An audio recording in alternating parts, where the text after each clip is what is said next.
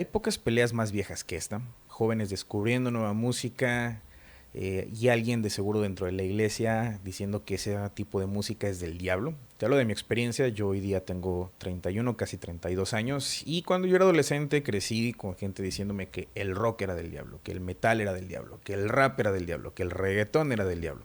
Y si seguimos así, te apuesto que en unos años más va a haber alguien que diga que incluso el mariachi es del diablo. De hecho, por ahí los años 80 me estaban llamando y querían que les devolviera su discusión favorita. Así es que sí, vamos a estar hablando acerca de la música. Traigo un par de preguntas para ti en este episodio, que es, ¿realmente existen géneros musicales satánicos? ¿Realmente existe la música maldita? O si simplemente estamos ocupando la música para algo que en realidad ocurre dentro del corazón humano. Hoy vamos a hablar de leyendas urbanas, de pactos con el diablo, de mensajes subliminales, de rock, de metal, de Biblia y sobre todo qué es lo que Dios realmente dice acerca de la música. Si te interesa, este es el filtro bíblico, yo soy Asaf Miranda, te invito a que te quedes. Entonces empiezo con una pequeña reflexión o pequeña pregunta y es el ¿por qué dicen que la música es del diablo? Vamos, todo esto empieza con una leyenda urbana y de hecho si alguna vez escuchaste ese término de que un músico vendió su alma al diablo, probablemente comenzó con la historia de un bluesman que es Robert Johnson. Robert Johnson, que era precisamente un joven afroamericano en el sur de Estados Unidos y él pretendía cantar blues, se dice que él era pésimo, mediocre, era un título que le quedaba corto y precisamente una vez de la nada regresó y pues ya tocaba bien, ya cantaba bien y se convirtió en toda una estrella del blues. Se dice, o cuenta la leyenda, que una noche fue un cruce de caminos en Mississippi y ahí se encontró con nada más y nada menos ni nada más que con el diablo, con Satan. Se dice, o la leyenda cuenta que le entregó su guitarra, Satan se la afina, se la regresa y en el momento en el que se la regresa viene junto con la guitarra un talento quote unquote sobrenatural. Y pues de ahí entonces se convirtió después Robert Johnson en una leyenda del blues. Y quién sabe, ¿no? ¿Fue verdad? Probablemente no. Yo creo que más bien se ha de haber puesto a practicar, aprendió escalas, aprendió a vocalizar y de ahí se volvió bueno. Que vamos a ser también realistas. En este entonces, pues también estaba muy marcada la segregación y pues obviamente también era más complicado para los afroamericanos poder destacar en lo que fuera y pues la música no era una excepción. Pero bueno, sea cierto o sea no, o no lo sea, en lo personal no creo que lo sea, pero pues la historia se volvió tan popular que después de ahí ayudó a crear historias que después se conectaban con esta misma y con las quote unquote fuerzas oscuras. Y bueno, décadas después llegaron más historias, entre ellas precisamente algo que conectan es el famosísimo Club de los 27. Si no sabes lo que es, precisamente se dice que había este grupo de músicos que eran muy talentosos y muy buenos y que lo eran precisamente por este mismo pacto y según la leyenda les daba el talento para obtener fama y junto con la fama pues fortuna, vicios, vidas en exceso y posteriormente a los 27 años pues venían y les cobraban, ¿no? Entre ellos tenemos a Jimi Hendrix, pues legendario guitarrista, digo, pues todos los que somos guitarristas hemos escuchado y hemos intentado sacar al menos una canción de Jimi Hendrix. Por ahí también está en la lista Janis Joplin, la famosísima bruja cósmica. Y de hecho, otra persona que fue pareja de ella durante una temporadita, fueron novios, precisamente Jim Morrison, el cantante y frontman de The Doors, o el Rey Lagarto, como mejor lo conoces. Y también está Kurt Cobain, también compositor, cantante y frontman de Nirvana. También, si eres guitarrista, en algún momento seguro te aprendiste Smell Like Teen Spirits. Es una realidad. Y a lo mejor ya más cercano a nuestras épocas, y pues si eres millennial seguro si la recuerdas, Amy Winehouse. Yo en lo personal no era fan, pero bueno, pues sí me acuerdo que por ahí me tocó escuchar su música reciente cuando yo estaba por ahí del séptimo, octavo grado. Y bueno, pues básicamente era esto, ¿no? Artistas brillantes que murieron a los 27 años y precisamente alimentaban toda esta clase de teorías de alianzas con lo maligno, de ventas de sus almas y demás. Y bueno, pues todo esto viene precisamente también de supuestos mensajes subliminales. Y que vamos, aquí pequeño paréntesis, ese tipo de mensajes sí existen, o sea, tampoco vamos a tapar el sol con un dedo. De hecho, esto viene precisamente de un experimento que hizo Coca-Cola.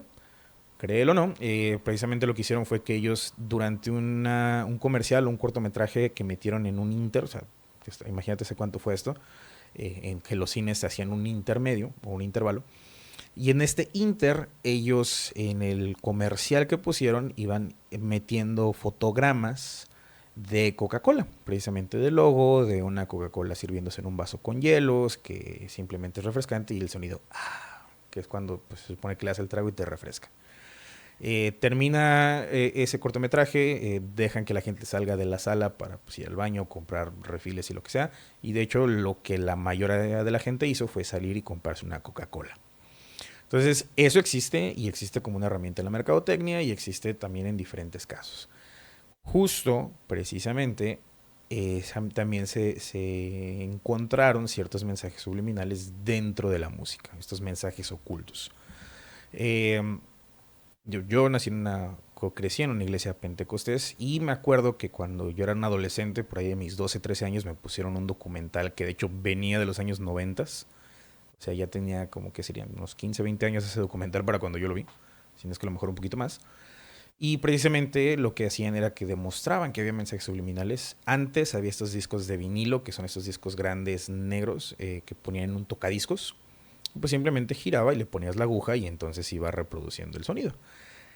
Se dice que, o lo que ponía en este documental es que si tú lo girabas de reversa, escuchabas un mensaje oculto. Y había quienes juraban y perjuraban que esos mensajes eran invocaciones demoníacas. Digo, eso ya, si te soy honesto, es un poco más la sugestión y también un poco la paranoia religiosa, porque pues había quienes escuchaban exactamente lo que querían escuchar. Yo vi ese documental y de las mismas grabaciones de las que decían que se supone había invocaciones y demás, pues la verdad es que yo no escuché nada. Y pues obviamente todo al revés pues suena raro, ¿no? Y también, vamos, o sea, incluso me ha tocado ver gente que aseguran que en la música de mismo Marcos Witt hay ese tipo de mensajes ocultos, ¿no? Pero bueno. Y mientras estaba toda esta polémica desde mediados de los 70s, casi toda la década de los 80s y pues a lo mejor hasta el 92, por ahí 94, eh, estaba toda esta paranoia y precisamente hubo muchas bandas que supieron aprovecharse de esto y utilizar toda esta imaginaria oscura constante para fines de mercadotecnia. Que vamos, también hubo algunos otros que eran abiertamente satanistas, ¿no? Y que se decían, pues precisamente le rendían culto al diablo. Uno de ellos, por ejemplo, Ozzy Osbourne, que pues digo, si te soy honesto, yo creo que él más bien tenía cierto tipo de problemas mentales porque, vamos, él creció en Birmingham, en Reino Unido, 3 años después de que termina la Segunda Guerra Mundial, pero precisamente la ciudad de Birmingham todavía estaba llena de cráteres por los bombardeos alemanes, había, bueno, era una ciudad industrializada antes de la guerra y pues para cuando este Ozzy Osbourne andaba pues por ahí, ya como un niño aprendiendo, pues precisamente ve edificios derrumbados, demolidos, algunos medio destruidos, cráteres en el piso y demás, y pues obviamente mucha gente hablaba todavía de eso y expresaban sus traumas, y pues obviamente eso lo descargaron sobre él como niño. Y después se dice por ahí que él andaba jalando un zapato de la marca Hush Puppy, que precisamente pues es un perro el logo de esta marca, con una correa de perro, o sea, iba tratando un zapato como si fuera su perro, con un estuche de guitarra vacío, y él se decía ser un músico de Mississippi, justo como Robert Johnson. Entonces, bueno, pues para mí simplemente alguien buscando su identidad y pues de ahí como que se perdió en el camino. Y ahorita, de hecho, precisamente ponle un pin a eso porque vamos a hablar tantito adelante de eso. Y junto con esto, por ejemplo, otra banda que también era abiertamente, o que decía abiertamente rendirle culto al diablo, como lo era Motley Crue, que precisamente en todas sus letras hablaba de rebeldía, de excesos y de escándalo y de libertinaje y demás. Y que después también pone un pin a esa porque, aunque hoy día ellos no son cristianos, hay que decirlo, sí que la familia de Nicky Six, que es el bajista y compositor de la banda y uno de los fundadores de la banda, su familia sí se volvió al cristianismo y él precisamente al alejarse de las drogas y pues a remarse con su familia, al momento que estoy grabando esto, pues él lleva un tiempo sobrio y ha dejado esa vida de lado, precisamente a raíz de que su familia sí se convirtió a Cristo. Y bueno, pues quién sabe, ¿no? A lo mejor y más adelante, pues también él estará ahí. Solo Dios sabe. Y bueno, también otra banda que fue acusada mucho tiempo de esto precisamente por cómo se maquillaban y la parafernalia que traían, y una banda que pues incluso hasta yo cuando era chiquillo, de hecho me acuerdo que por allá a los 6 años por primera vez escuché una canción de Kiss y me andaba volviendo loco, que precisamente pues eran Kiss y ellos eran acusados constantemente de ser adoradores del diablo, y de hecho decían que Kiss realmente significaba Knights in Satan's Service. Lo curioso aquí es que de hecho los propios miembros de Kiss negaron completamente esto y repetidamente lo hicieron, y en todo momento negaron ellos tener cualquier relación con esto, simplemente pues buscaban algo. Y de hecho aquí cuando yo estaba estudiando música, por ahí llevé una materia precisamente que se llamaba el negocio de la música, y aquí precisamente un objeto de estudio era Kiss, porque tienes que buscar una cierta uniformidad en la banda. Por ejemplo, ves a Nirvana y ves a los tres chavos, a Dave Grohl, a Kurt Cobain y la otra persona que la verdad no me acuerdo quién es, el bajista, y los ves como del mismo estilo, ¿no? Caucásicos, despeinados, desaliñados, con sus Converse, jeans rotos y una sudadera X. Y entonces, por ejemplo, lo que hacían Kiss era exactamente lo mismo, o sea, buscar esa uniformidad, porque veías a dos personas de ascendencia judía contra un neoyorquino, y junto con un baterista, Eric Carr, que estaba muy chaparrito, entonces los veían diferentes. Entonces, para hacer un tipo de uniformidad, pues precisamente se pusieron botas de plataforma para estar a la altura de los cuatro. Se pusieron cierto traje con la misma paleta de colores y ciertos maquillajes también en blanco y negro con la misma paleta de colores, buscando precisamente el no verse tan diversos, sino verse pues como uniformes, ¿no? Y también curioso que precisamente hay varias historias de Gene Simmons, el bajista, o el hombre murciélago, que decían que pues su mamá pues iba como una mujer judía, llegando así con cierta comida kosher para su hijo, y precisamente todo el mundo se sacaba de onda de ver como el que tenía el aspecto más tosco y el que a lo mejor si pudieras no dudar que sí tenía una relación con el oculto, y pues simplemente se cuadraba y se bajaba al nivel de un niño recibiendo comida de su mamá. Y pues ese es el punto. El hecho de que repetidamente estuvieran acusándolos de esto muchas veces hacía que se vendieran más discos, porque era precisamente el miedo a lo desconocido. Y toda esta gente que a lo mejor por curiosidad de que, a ver, vamos a ver si es cierto, y compraban el disco. Y también había muchos otros también del lado de las iglesias que compraban los discos para tratar de encontrar esos mensajes ocultos. Y vamos, un principio dentro de la mercadotecnia es que no hay publicidad mala ni buena. Simplemente hay publicidad, hay marketing. Y el marketing precisamente descubrió rápidamente que esa controversia generaba atención y generaba venta de discos, que era lo que al final del día querían. Entonces aquí es donde surge la pregunta importante, porque aunque algunos músicos hablen del diablo, como los que te mencionaba ahorita, ¿eso significa que la misma música se volvió satánica? Y vamos aquí. Un principio y una máxima es que Dios creó absolutamente todo. Dios es el creador y el dueño del cielo y de la tierra y todo lo que hay en ella. Y precisamente es aquí donde muchas personas como que se sorprenden de decir de que es que esa música es del diablo. La Biblia jamás presenta la música como una invención del diablo. Al contrario, la música siempre aparece constantemente de pasta a pasta, de Génesis a Apocalipsis literalmente, asociada a la adoración y a la alabanza a Dios, como a la celebración delante de la presencia de Dios. Sabemos, el libro de Salmos, todo el libro de Salmos son canciones. El rey David era músico.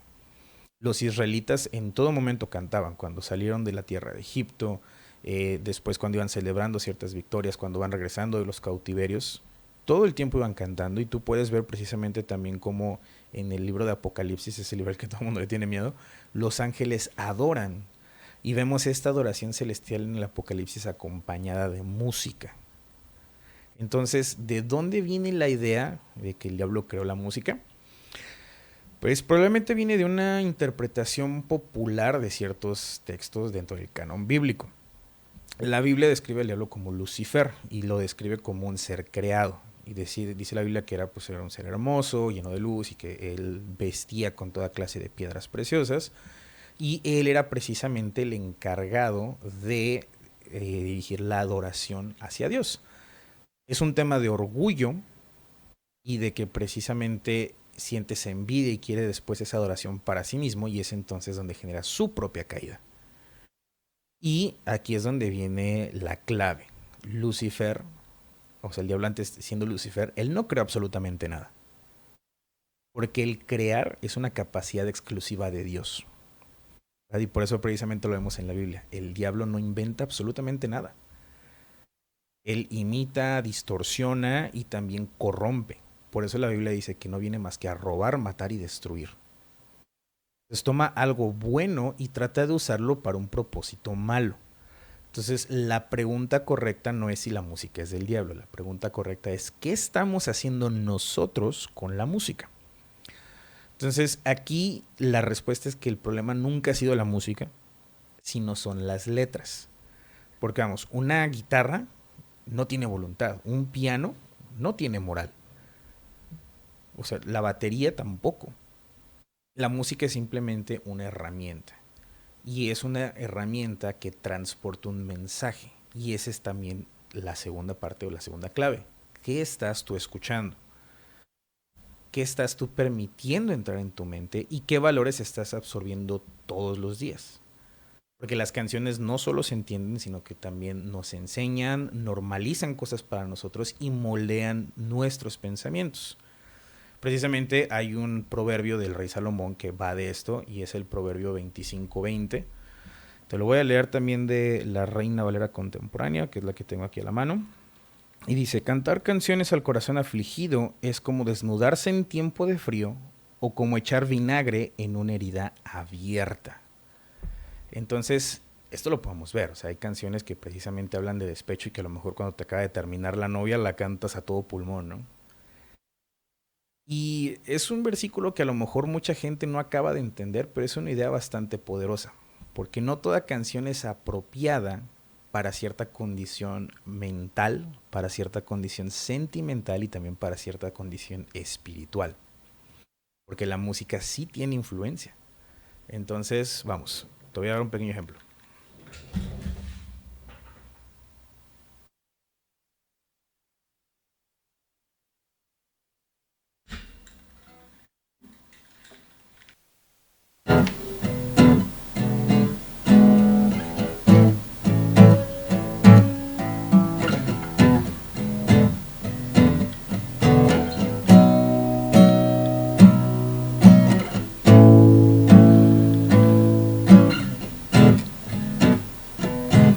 O sea, si te fijas, eso no tiene ningún tipo de conciencia y a lo mejor te podrá influir de alguna forma, pero realmente no tiene un mensaje. Pero no es lo mismo que yo cante, mi mujer me dejó, el gato se fue, el perro también, que solo que estoy. Nadie me quiere, que solo que estoy.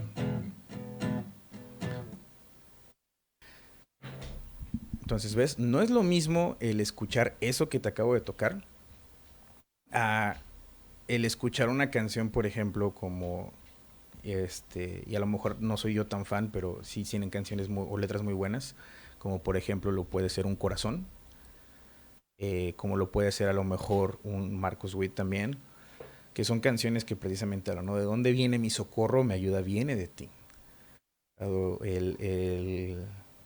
Busqué a Dios, me escuchó y me oyó, y es por eso que yo confío en Él. ¿Verdad? Porque la música, te digo, tiene influencia. Entonces la música puede sanar, puede inspirar, pero también puede que refuerce sentimientos, deseos destructivos, filosofías equivocadas. Entonces la verdadera pregunta es, ¿qué está produciendo en nosotros eso que estamos escuchando? Porque incluso una misma canción cristiana, si te soy honesto, puede ser muy, muy superficial y puede estar muy centrada en el yo. Y dejamos a Dios en un segundo plano. Y es lo que yo creo, lo que yo siento, lo que yo escucho, lo que yo. Pues también hay cierta música cristiana o de gente cristiana que no ayuda y que no edifica. Entonces, en contraparte, también hay canciones, digámosle, del mundo que también pueden contener verdades profundas, que nos pueden ayudar a entender la condición humana y que al final del día siempre acabamos volteando hacia Dios. Entonces, así como existen estas canciones, también lamentablemente hay canciones que glorifican la violencia, el odio, la promiscuidad, el egoísmo, la destrucción. Y es ahí donde nosotros necesitamos ese discernimiento. No necesitamos paranoia, necesitamos discernimiento, el entender qué es lo que estás escuchando. ¿Verdad? Porque no va a ser lo mismo el escuchar el cansado del camino, sediento de ti, qué pobrecitos de mí, qué mal que estoy, a seguir diciendo, hoy es el día que el Señor ha hecho, me voy a alegrar en él. Y es aquí donde llegamos a una de las partes que precisamente a mí más me gustan dentro de las historias a las que te dije ahorita que le pusieras un pin. Porque Dios no nada más rescata personas que pudiéramos decir son religiosas o pertenecen a la iglesia, sino que también rescata rebeldes. Rescata artistas, rescata músicos y precisamente rescata personas que pareciera estaban demasiado lejos. Dentro de estos tenemos ciertos músicos que precisamente se convirtieron al cristianismo y han cambiado. Uno de ellos, por ejemplo, Dave Mustaine, el fundador de Megadeth, que pasó años atrapados en adicciones, en problemas de ira y precisamente en conductas autodestructivas. Tuvo un encuentro con Cristo y eso cambió su vida y también su perspectiva. Y de hecho, hoy por hoy, de hecho, su hija también está en la industria de la música. Y ella precisamente grabó una canción por ahí con Michael Sweet, el vocalista de la banda cristiana Stryper. Eh, y precisamente es una realidad completamente diferente. Otro de ellos, y alguien de quien sí personalmente sigo, es Brian Heath Welch. También pues, lo conocerás por la banda Korn. Él es el guitarrista de Korn.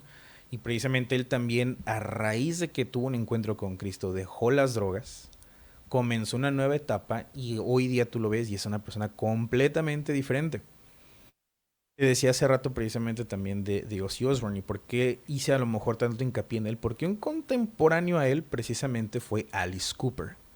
Alice Cooper era un cantante también de metal y que durante décadas, durante los 70s, 80s, durante los 90s también en presentaciones en vivo, fue considerado como uno de los personajes más oscuros dentro del rock. Y él lo que hacía es que montaba como que estas pequeñas escenografías o puestas en escena, no sé cómo se digan, pero pues como mini presentaciones de teatro durante sus conciertos. Entonces sus conciertos eran como si vieras una obra de teatro con una banda de metal en vivo y por decirlo menos son oscuras. O sea, vamos, había veces en las que parecía que imitaban una decapitación de él mismo y aparecían también otras cosas muy, muy turbias. Y hoy en día se convirtió a Cristo y habla abiertamente de su fe en Cristo. Y de hecho, por ahí estaba viendo una entrevista de él que me gustó bastante, que precisamente decía, ¿no? O sea, vamos, el consumir algo y volverte loco y destruir una habitación de hotel es demasiado fácil. Pero lo que viene después es lo complicado. Y precisamente Dios lo rescató de todo eso. Y podríamos seguir porque la historia del Evangelio siempre, siempre viene a ser lo mismo y siempre va a seguir siendo lo mismo. El que Dios tome personas rotas y les dé una nueva identidad. No porque sean personas perfectas, sino porque Él es experto restaurando lo que parecía perdido. Todas las historias siempre son así. Entonces, ¿la música es del diablo? No, nunca lo fue. La música fue creada por Dios y para Dios.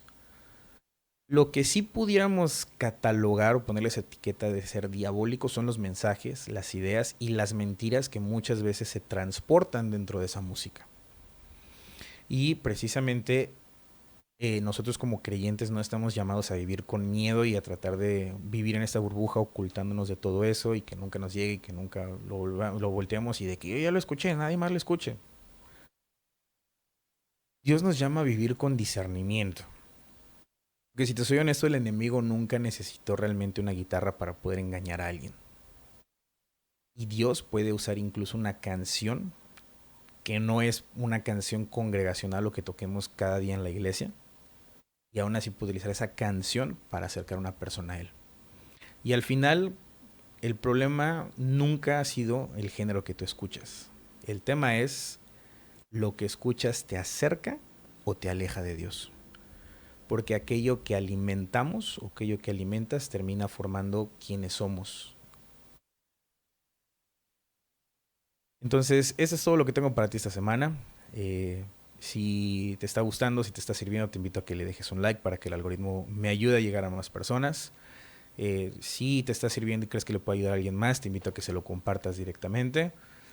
Si tienes alguna duda, algún comentario o algo no te pareció, déjamelo en los comentarios de donde me estés viendo o escuchando. Siempre estoy abierto al debate.